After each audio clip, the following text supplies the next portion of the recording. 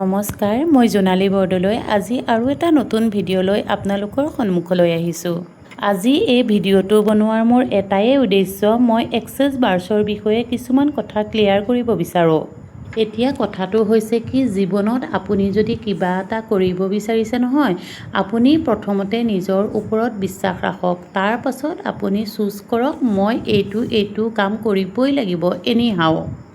যদিহে আপুনি প্ৰতিটো ক্ষেত্ৰত এইটোৱে ভাবে যে ইয়াত পইচা লাগে, আপুনি তাৰমানে আপোনাৰ সপোনটোতকৈ আপুনি দেখিছে যে এইবিলাক ভাল নহয়, ইয়াত পইচা লাগে। বিনা পইচাত পোৱা বস্তুবিলাকৰ হয়তো দেখে যে ভেলু খুবেই কম থাকে। চাবচোন, মানে মই ক'ব বিচাৰিছোঁ, যিটো বস্তু আপুনি কোনো কষ্টত নাপায়, যিটো বস্তু আপোনাৰ এভেইলেবল থাকে, সেই বস্তুটোক আপুনি ভেলুটো কিন্তু কেতিয়াও নাপায়। আপুনি যেতিয়া কিবা এটা বস্তু পইচা দি ল'ব নহয়, ধৰক আপুনি কাপোৰ এযোৰ নিজেই দোকানৰ পৰা পইচা দি কিনি আনিছে, ঠিক সেই কাপোৰযোৰৰ দৰে একেই কাপোৰ এযোৰ আপোনাক ঘৰৰ কোনোবা এজনে ফ্ৰীতে দিছে, তেতিয়া কিন্তু সেই হেপিনেছটো আপোনাৰ তাত নাথাকে, কাৰণ সেই বস্তুটো আপুনি ফ্ৰীতে পাইছে। এক্সেছ বাৰ্ছৰ ক্ষেত্ৰতো মই এটা ছেম কথা কওঁ যে এক্সেছ বাৰ্ছ যেতিয়া মই শিকিছিলোঁ, বহুত মানুহক মই ফ্ৰীতে বহুত ছেশ্যন দিছিলোঁ, কিন্তু ফ্ৰীতে যিসকল মানুহক ছেশ্যন দিছিলোঁ তাৰ ভিতৰত 100জন ব্যক্তিৰ ভিতৰত 2-এজন ব্যক্তিয়েহে কৈছিল যে মোৰ লাইফত চেঞ্জ হৈছে আৰু মই ভাল পাইছোঁ, কিন্তু তাৰ ভিতৰত 99% ব্যক্তিয়ে সফল হোৱা নাই বুলি কৈছিল। এতিয়া কওঁ যে যিসকল মানুহে পইচা দি পেলাই শিকিছে বা বাৰ্ছ লৈছে, তেওঁলোকে কিন্তু লাইফত চেঞ্জ পাইছে, বিকজ তেওঁলোকে এনাৰ্জি দিছে। আমি চাবলৈ গ'লে সকলো বস্তুতে এটা এনাৰ্জি থাকে। চাবচোন, আমি যিসকলে এই লাইনত কাম কৰি আছোঁ, তেওঁলোকে সকলোৱে জানে যে এনাৰ্জি এক্সচেঞ্জ বুলি বস্তু এটাও থাকে। সেইবাবে আমি যেতিয়া বাৰ্ছ ৰান কৰোঁ, তেতিয়া আমি এনাৰ্জি এক্সচেঞ্জৰ নামত এটা পে'মেণ্ট লোৱা হয়।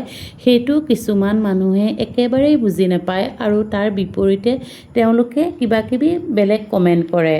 সেইবাবেই কৈছোঁ, আপোনালোকে কমেণ্ট কৰাৰ আগতে এবাৰ চালি জাৰি চাব আৰু কি কৈছে, এনাৰ্জিনো কি বস্তু, সেইটো আপোনালোকে অকণমান ধ্যান ৰাখি পেলাই কমেণ্ট কৰিব। কিছুমান মানুহে এনেকৈ কমেণ্ট কৰে যে পইচা নাই, পইচাৰ কাৰণে ল'ব বিচাৰোঁ কিন্তু আমি ল'ব পৰা নাই, আমি দুখীয়া মানুহ, এইবিলাক শিকিব নোৱাৰোঁ। সেইবিলাক আপোনালোকে নিজৰ ব্লকেজ নিজেই কৰিছে। প্লিজ সেইবিলাক কথা আপোনালোকে নক'ব।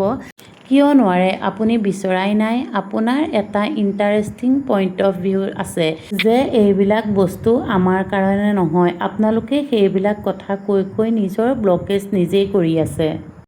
আপোনালোকে বিশ্বাস নকৰিব, এনেকুৱা ধৰণৰ মানুহে এক্সেছ বাৰ্ছ শিকিছে নহয়, এক্সেছ বাৰ্ছটোকে নিজৰ প্ৰফেশ্যনেল হিচাপে লৈছে। যাৰ এক্সেছ বাৰ্ছ শিকিবলৈ সেই পইচাটোও নাছিল, ইমান দুখীয়া মানুহে এক্সেছ বাৰ্ছ শিকিছে আৰু বহুত হাই-ফাই মানুহেও কিন্তু এক্সেছ বাৰ্ছ শিকিব পৰা নাই। এইবিলাকেই এটা ইণ্টাৰেষ্টিং পইণ্ট অফ ভিউ। সেইবাবেই কৈছোঁ, প্লিজ আপোনালোকে নাই শব্দ ব্যৱহাৰ নকৰিব, সদায় আছে বুলিয়েই ক'ব। শব্দই হৈছে ব্ৰহ্ম। আমি যিটো শব্দ ক'ম সেয়াই ব্ৰহ্মাণ্ডই মানি লয় আৰু আমাৰ সপোন ফুলফিল কৰে। সেইবাবে কৈছোঁ, আপোনালোকে নাই শব্দটো নক'ব, সদায় আছে বুলিয়েই ক'ব আৰু ইউনিভাৰ্চক সদায় গ্ৰেটিটিউড দিব।